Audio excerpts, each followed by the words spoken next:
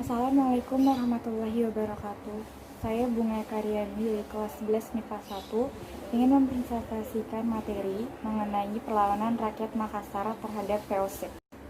Latar belakang perlawanan rakyat Makassar terhadap VOC. Perlawanan rakyat Makassar terhadap VOC terjadi pada tahun 1654 sampai 1655 yang dipimpin oleh Sultan Hasanuddin. Pada pertengahan abad ke-17, Kerajaan Makassar menjadi pesaing berat bagi VOC, terutama dalam bidang pelayaran dan perdagangan di wilayah Indonesia bagian timur. Persaingan dagang tersebut terasa semakin berat untuk VOC, sehingga VOC merancang siasat dengan berpura-pura ingin membangun hubungan baik dan saling menguntungkan dengan Kerajaan Makassar. Upaya VOC yang sepertinya terlihat baik ini disambut baik oleh Raja Goa dan kemudian VOC diberikan izin untuk berdagang secara bebas. Setelah mendapatkan kesempatan berdagang dan mendapatkan pengaruh di Makassar, VOC mulai mengajukan tuntutan kepada Sultan Hasanuddin. Tuntutan VOC terhadap Makassar ditentang oleh Sultan Hasanuddin dalam bentuk perlawanan dan menolak semua isi tuntutan yang diajukan oleh VOC yang sangat ingin menguasai perdagangan di daerah Indonesia Timur. Oleh karena itu, VOC berusaha mencari jalan untuk menghancurkan Makassar sehingga terjadi beberapa kali pertempuran antara rakyat Makassar dengan jalannya pertempuran. Pertempuran pertama terjadi pada tahun 1633 dan pertempuran kedua terjadi pada tahun 1654. Kedua pertempuran tersebut diawali dengan perilaku VOC yang berusaha menghalangi perdagangan yang masuk maupun keluar dalam pelabuhan Makassar.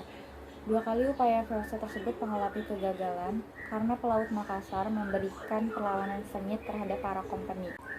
Pertempuran ketiga terjadi tahun 1666 sampai 1667 dalam bentuk perang besar. Ketika VOC dibantu oleh sekutu yaitu pasukan Raja Bone atau Arupalaka yang merupakan musuh besar Sultan Hasanuddin dan pasukan Kapten Yonker dari Ambon. Pasukan Angkatan Laut VOC yang dipimpin oleh Spillman menyerang pelabuhan Makassar dari laut, sedangkan pasukan Arupalaka mendarat di Bomtin dan berhasil mendorong suku Bugis agar melakukan pemberontakan terhadap Sultan Hasanuddin serta melakukan penyerbuan ke Makassar.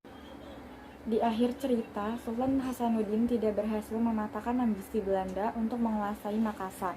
Sultan Hasanuddin terdesak dan dipaksa untuk menandatangani Perjanjian Bongaya pada tahun 1667. Isi Perjanjian Bongaya adalah 1. Menghargai dua perjanjian sebelumnya yang terjadi pada tahun 1660 yang dibuat Jacob Kau di Makassar dan Karaeng Popo di Batavia. Kedua, segera mengembalikan seluruh orang Belanda yang sejak dulu hingga kini melarikan diri ke Makassar. Ketiga, mengembalikan seluruh meriam, peralatan, dan lain-lainnya yang tersisa dari kapal Lewin dan Walvisoh yang kini masih ada di Makassar. Yang keempat, mengadili semua yang bertanggung jawab terhadap pembunuhan yang terjadi. Yang kelima, mengamankan seluruh utang yang masih harus dibayar oleh VOC. Dampak perlawanan. Walaupun perjanjian telah diadakan, tetapi perlawanan rakyat Makassar terhadap Belanda tetap diteruskan oleh putra Sultan Hasanuddin yaitu Mapas Somba.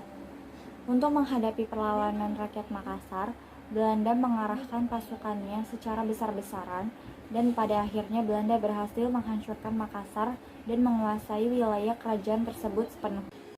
Tokoh Indonesia yang terlibat dalam pertempuran rakyat Makassar melawan VOC adalah yang pertama Sultan Hasanuddin, yang kedua Sultan Alauddin, dan yang ketiga ada Muhammad Said. Tokoh Belanda yang berperan dalam melawan rakyat Makassar adalah Spillman, John van Olden, Pangeran Maurits, dan Gubernur Jenderal Maisuar. Sekian video presentasi singkat dari saya, kurang lebihnya mohon maaf. Wassalamualaikum warahmatullahi wabarakatuh.